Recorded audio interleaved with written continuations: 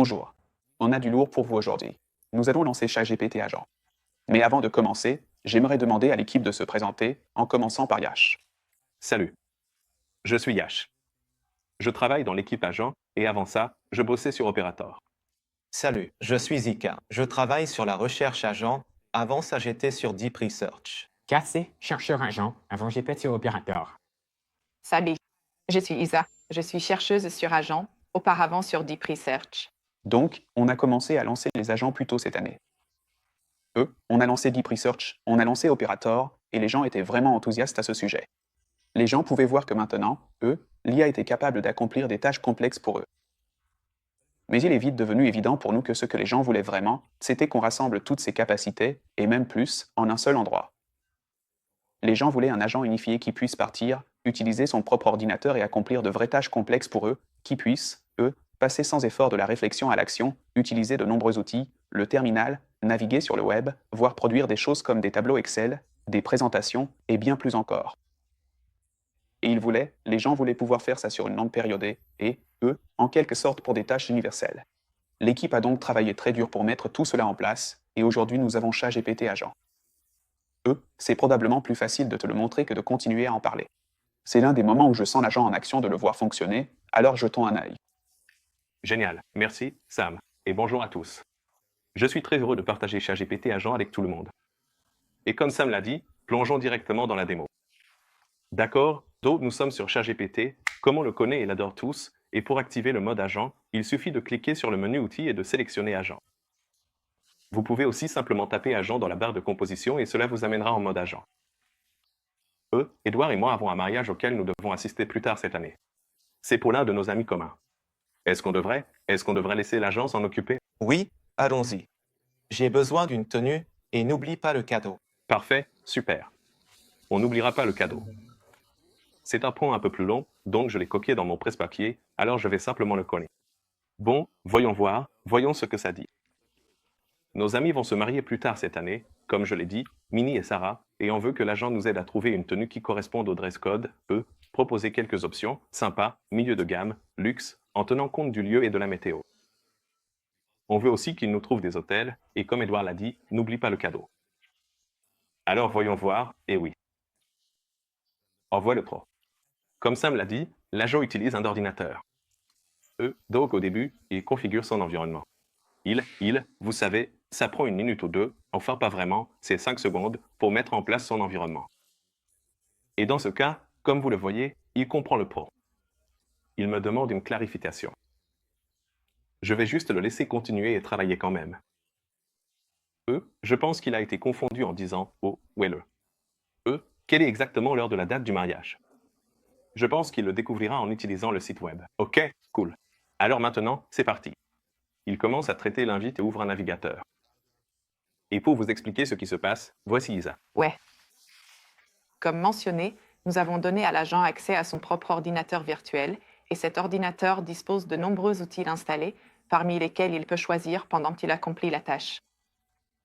Dans ChatGPT, vous pouvez voir une visualisation de l'écran d'ordinateur de l'agent et vous pouvez voir en surimpression sa chaîne de pensée et son texte, c'est-à-dire ce qu'il pense pendant qu'il travaille sur la tâche et décide de la prochaine étape. Nous avons donné à l'agent accès à 2 façons différentes de naviguer sur Internet. D'abord, nous lui avons donné un navigateur textuel qui ressemble à l'outil Deep Research et c'est ce qui lui permet de lire de manière très efficace et rapide de nombreuses pages web, et de les rechercher. Nous lui avons aussi donné accès à un navigateur visuel qui ressemble à l'outil Operator et c'est ce qui lui permet d'interagir réellement avec l'interface utilisateur d'une page web. Donc il peut, faire glisser des éléments. Il peut utiliser le curseur pour cliquer un peu partout. Il peut ouvrir des composants de l'interface utilisateur. Il peut remplir des formulaires et saisir du texte dans des zones de texte. C'est très flexible. Donc ces 2 outils sont très complémentaires. Et puis, on lui a aussi donné accès à son propre terminal pour qu'il puisse exécuter du code et il peut aussi générer et analyser des fichiers, comme des présentations ou des feuilles de calcul. Et puis, via le terminal, il peut aussi appeler des API, aussi bien des API publiques que des API pour accéder à vos sources de données privées comme Google Drive, Google Calendar, GitHub, SharePoint et bien d'autres, mais uniquement si vous les connectez explicitement, un peu comme les connecteurs Deep Research. Il a aussi accès à l'API de génération d'images, Donc il peut créer de jolis visuels pour, eux, des présentations ou d'autres choses pendant qu'il accomplit ses tâches. Comment décide-t-il quels outils utiliser ici? Oui, nous avons entraîné le modèle à passer d'une capacité à l'autre grâce à l'apprentissage par renforcement. C'est le premier modèle que nous avons entraîné qui a accès à cette boîte à outils unifiée, un navigateur texte, un navigateur graphique et un terminal, le tout dans une seule machine virtuelle. Pour guider son apprentissage, nous avons sélectionné des tâches complexes qui nécessitent l'utilisation de tous ces outils. Cela permet au modèle non seulement d'apprendre à utiliser ces outils, mais aussi de savoir quand utiliser quel outil en fonction de la tâche à accomplir. Au début de l'entraînement, le modèle peut essayer d'utiliser tous ces outils pour résoudre un problème relativement simple. Avec le temps, à mesure que nous récompensons le modèle pour avoir résolu des problèmes correctement et efficacement, il fera des choix d'outils plus intelligents. Par exemple, si vous demandez au modèle de trouver un restaurant avec des critères spécifiques et de faire une réservation, le modèle commencera généralement par effectuer une recherche approfondie dans le navigateur texte pour trouver quelques options, puis passera au navigateur graphique pour voir des photos des plats, vérifier la disponibilité et finaliser la réservation. De la même manière, pour une tâche créative, comme créer un artefact, le modèle commencera par rechercher en ligne des ressources publiques, puis il passera au terminal pour faire un peu d'édition de code afin de compiler l'artefact, et enfin, vérifiera les résultats finaux dans le navigateur graphique. C'était ça. On a vraiment l'impression d'avoir réuni le meilleur de Deep Research et d'Operator et d'y avoir ajouté une petite touche de magie. C'est ça. Oui, donc pour situer ce projet, je voudrais donner un peu d'historique.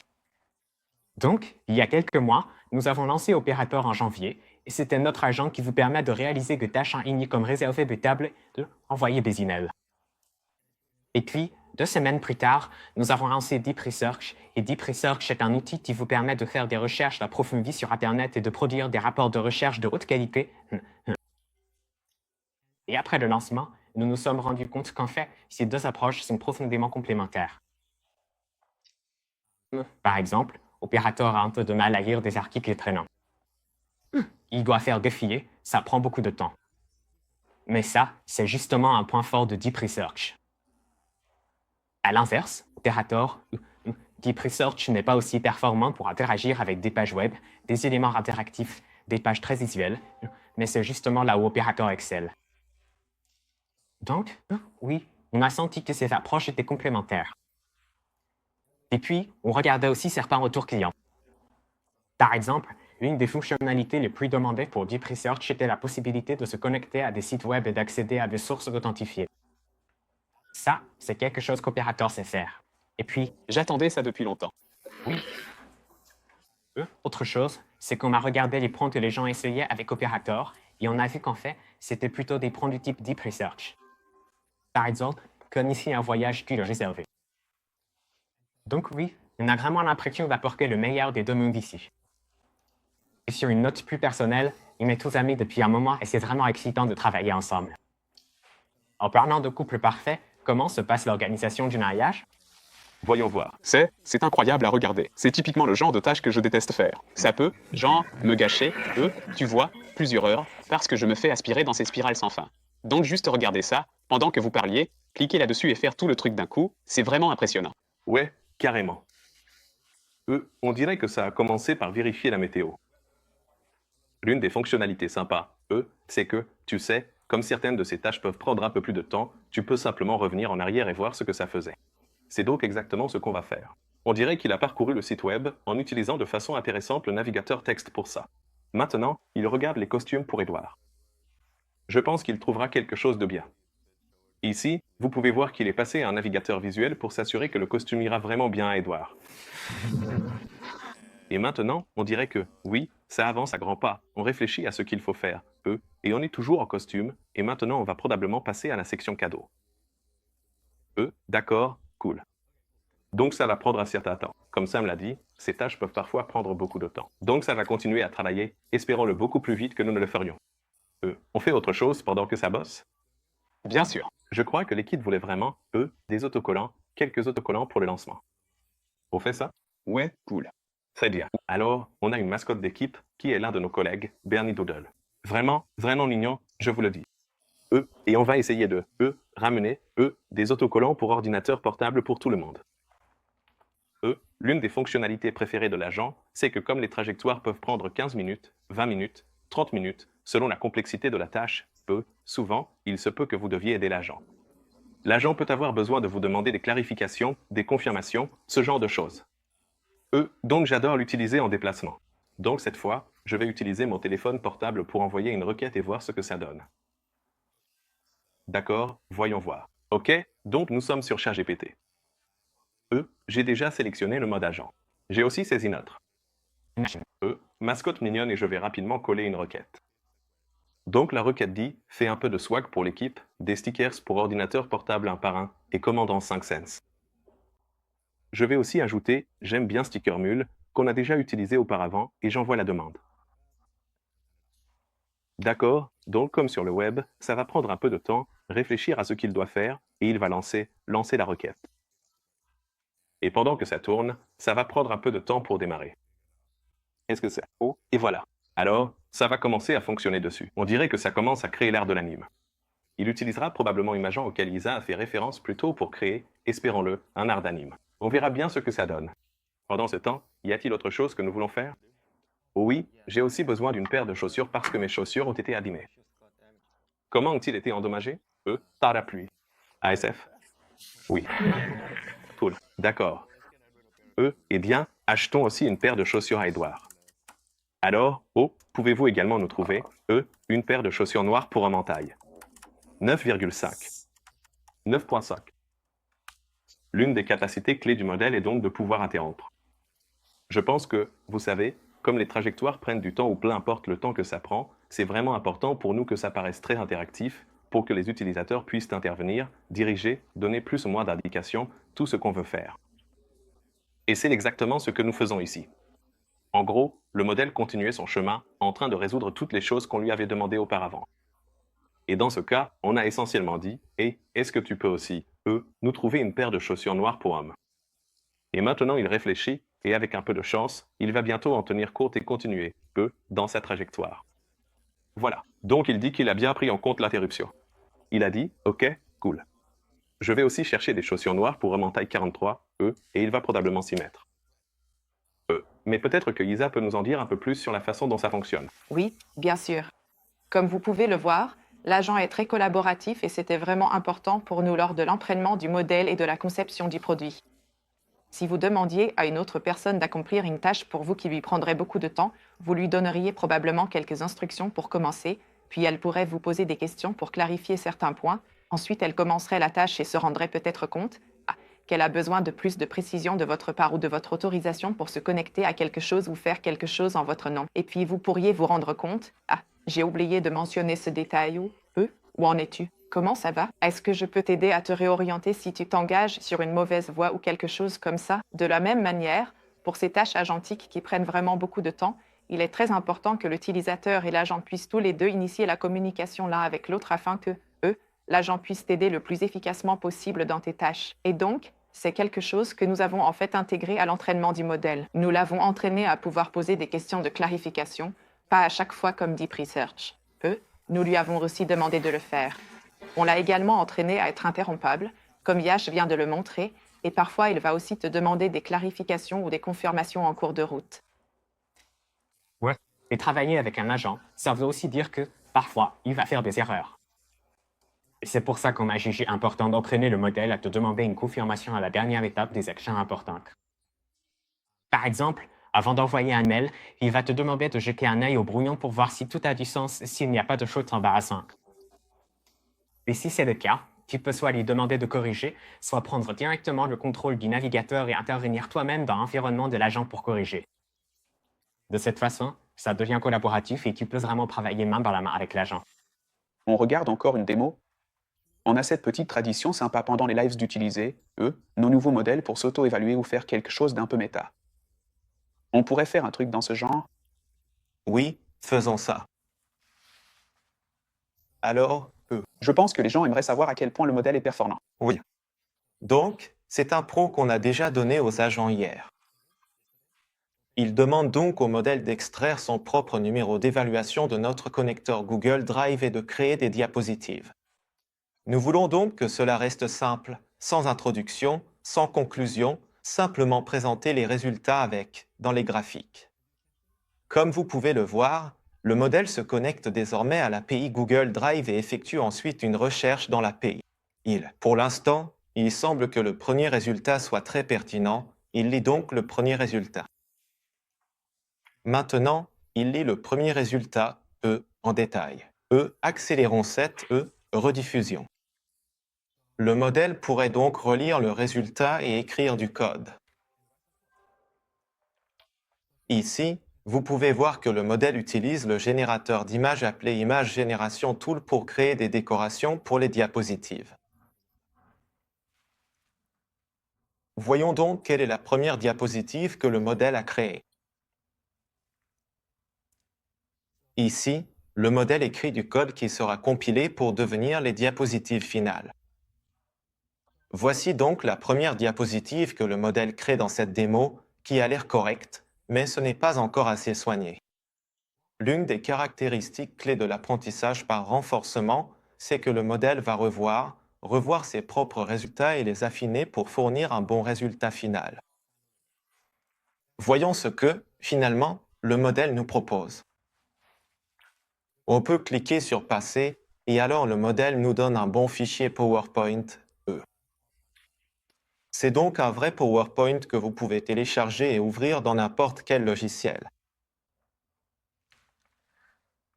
Ouvrons-le, E, dans Office. Présentons donc les diapositives que le modèle vient de générer. D'abord, il y a deux benchmarks d'intelligence. Humanici Last Exam est un benchmark qui mesure la capacité de l'IA à résoudre un large éventail de sujets sur des problèmes difficiles. Nous évaluons les modèles dans deux configurations, avec et sans utilisation d'outils.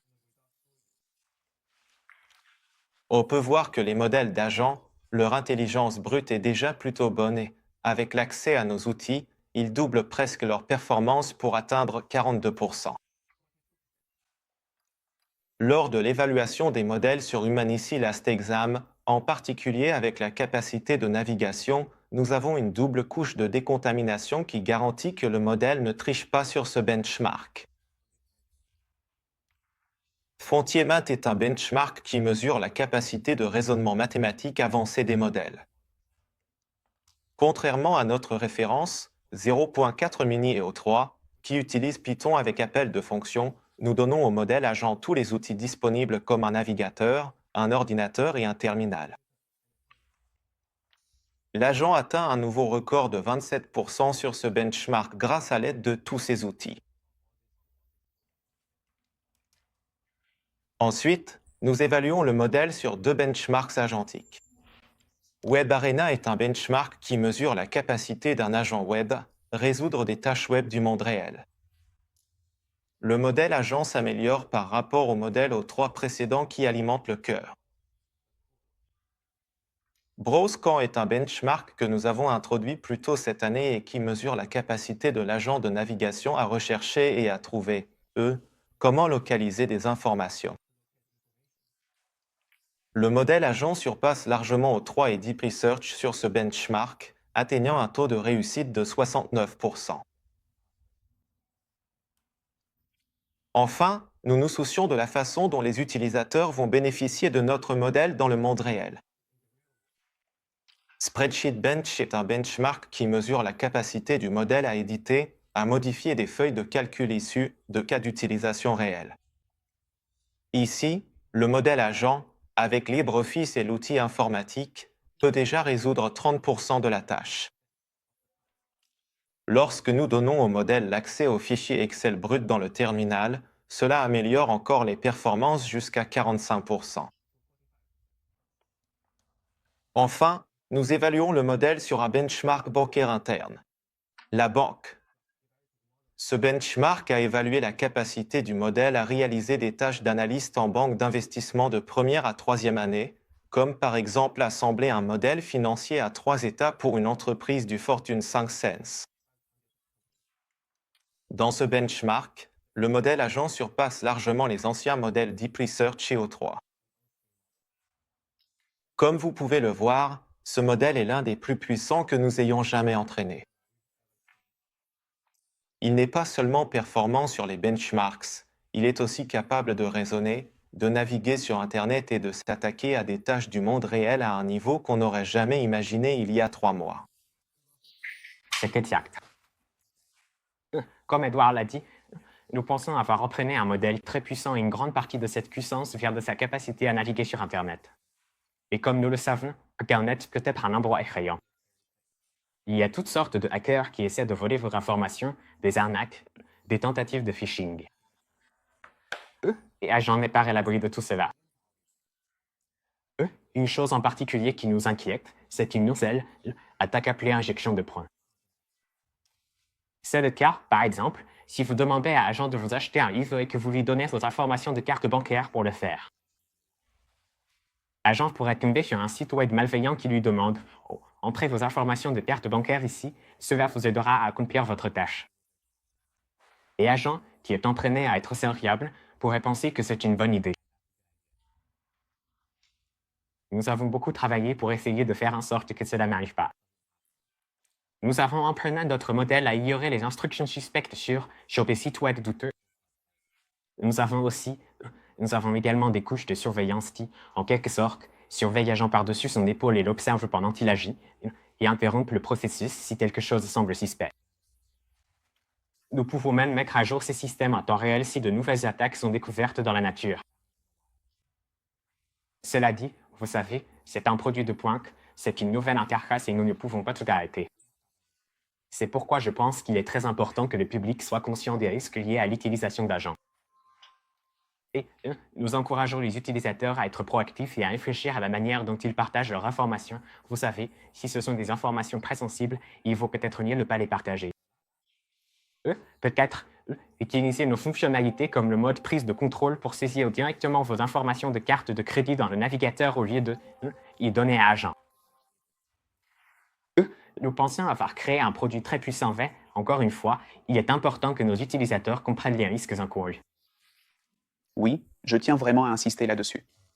Je pense que c'est un nouveau niveau de capacité pour l'IA, une nouvelle façon d'utiliser l'IA, mais il y aura aussi un nouveau type d'attaques qui viendront avec cela, et la société ainsi que la technologie devront évoluer et apprendre comment nous allons atténuer des choses que nous ne pouvons même pas encore vraiment imaginer, à mesure que les gens commenceront à travailler de plus en plus de cette manière. Avant de conclure, est-ce qu'on devrait jeter un œil à certaines des tâches qu'on a lancées? Oui, allons-y. D'accord. Donc, je vais ouvrir un nouvel onglet et m'assurer qu'on peut aussi voir l'avancement de nos stickers. D'accord, voyons ça. Très bien, on dirait que les stickers sont prêts. Laisse-moi voir ce que ça donne. D'accord. Alors, truc sympa, c'est un peu le résultat final de, ça a pris environ 7 minutes, il y a de grandes chances que tout ait été compris. On va revenir en arrière et regarder la trajectoire pour voir comment ça s'est passé, mais au final, on dirait que c'est bien ajouté au panier, voici le sous-total. Je peux simplement regarder et ensuite décider, je peux juste prendre la main à ce stade comme Kazel a dit, pour entrer mes informations de carte bancaire et passer la commande très rapidement. Le modèle demande une confirmation, etc., comme il est censé le faire. Examinons rapidement la trajectoire et voyons ce qu'elle a réellement fait. Oh, on dirait qu'il a généré des autocollants. Oh, regarde ça. C'est ce que cela a généré, un autocollant de Lexity. C'est cool. Alors oui, c'est la tâche. Je pense que je peux, à ce stade, terminer moi-même ou je peux demander au modèle de le faire pour moi également. Allons voir le mariage. Ok, super. On dirait que ça vient d'être terminé juste à temps. D'accord, cool. Donc dans ce cas, comme nous l'avons dit, nous recherchons des hôtels, des robes, des costumes et aussi des chaussures. Il semble donc que le rapport soit assez complet. Lieu du mariage, date, quand, avec les liens îlots, code vestimentaire. Il a déterminé, par exemple, quelles recommandations de costumes il fallait et où on pouvait les acheter. Maintenant, je peux aller l'acheter moi-même ou demander à l'agent de l'acheter pour moi. Il a aussi trouvé des chaussures, des options d'hôtel. Il a vraiment vérifié tout. Oh, pardon. Il a vérifié toutes les disponibilités. Tu peux voir qu'il donne même des captures d'écran de ce qu'il a consulté. Dans ce cas, on a utilisé Booking.com et il est capable de faire ça. Il propose aussi des idées de cadeaux, etc. Et l'étape suivante, je peux lui demander, comme tu l'as dit, l'agent dit, si vous avez besoin d'aide pour acheter un article ou si vous souhaitez faire d'autres ajustements, dites-le moi pour qu'on puisse s'en occuper. Et je veux montrer une dernière démo qu'on n'a pas vraiment faite en direct, mais que je trouve vraiment cool, surtout parce que les personnes qui se marient sont de grands fans de la MLB. Alors, on a demandé à l'agent de construire un itinéraire optimal pour visiter les 30 stades de la MLB, au cas où vous envisageriez un congé sabbatique, et ensuite de concevoir le parcours idéal en donnant la priorité aux soirées Hello Kitty et autres événements du genre, et de présenter le plan final sous forme d'un tableau détaillé. Je vais passer très rapidement là-dessus, je trouve ça vraiment amusant à voir. Donc encore une fois, comme nous l'avons montré tout au long du live stream, il utilise une multitude d'outils, il utilise des conteneurs, le terminal, le navigateur, il gère tous les détails. Il va probablement revenir au navigateur, chercher les soirées Hello Kitty, puis les stades de sport et tout le reste. Ah, voyons voir, est-ce que j'ai raté le... Ah, voilà, il construit une carte en utilisant du code pour la générer, et au final on obtient un résultat plutôt solide je trouve. Au final, ça prend 25 minutes pour fonctionner, pour savoir où commence la saison et tout ça. Vous avez un tableau que vous pouvez consulter rapidement, directement dans ChatGPT, et suivre le parcours. Une carte qui a l'air sympa, je suppose, et c'est tout. Donc, voici ChatGPT agent, on espère vraiment que ça vous plaît, et je passe la parole à Sam. Travail incroyable à vous tous, ainsi qu'à vos équipes. Je pense que c'est vraiment quelque chose qui va aider les gens à accomplir leur travail et à avoir plus de temps pour faire ce qu'ils veulent. Je trouve que c'est vraiment incroyable tout ce que vous avez réuni pour offrir cette expérience et voir l'agent utiliser Internet, créer ses tableaux, faire des PowerPoints ou autres et accomplir tout ce travail, c'est vraiment impressionnant. Nous lançons aujourd'hui pour les utilisateurs pro, puis les teams. Les utilisateurs pro auront droit à 400 requêtes par mois. Les utilisateurs puis et team auront droit à 40 par mois. Le déploiement devrait être terminé d'ici la fin de la journée pour les utilisateurs pro et très bientôt pour les utilisateurs puis et team. Nous allons essayer d'être en ligne pour les utilisateurs entreprises et d'ici la fin du mois. Comme Kazé l'a mentionné, même si c'est une technologie nouvelle extrêmement enthousiasmante, il y a de nouveaux risques. Les gens ont appris à utiliser Internet de manière généralement assez sûre, même s'il y a bien sûr encore des arnaqueurs et d'autres attaques. Les gens vont devoir apprendre à utiliser les agents d'IA, et la société va aussi devoir apprendre à se défendre contre les attaques visant les agents d'IA. Donc, nous commençons avec un système très robuste, avec beaucoup d'avertissements. Nous assouplirons cela avec le temps, à mesure que les gens s'y habitueront, mais nous voulons vraiment que chacun considère cela comme une nouvelle technologie, avec de nouveaux risques, et fasse preuve de toute la prudence dont Kazé a parlé. Mais cela dit, nous espérons vraiment que vous allez adorer. C'est encore très tôt, nous allons l'améliorer rapidement, et nous sommes impatients de voir où tout cela va mener. Encore félicitations. Merci beaucoup, j'espère que vous apprécierez.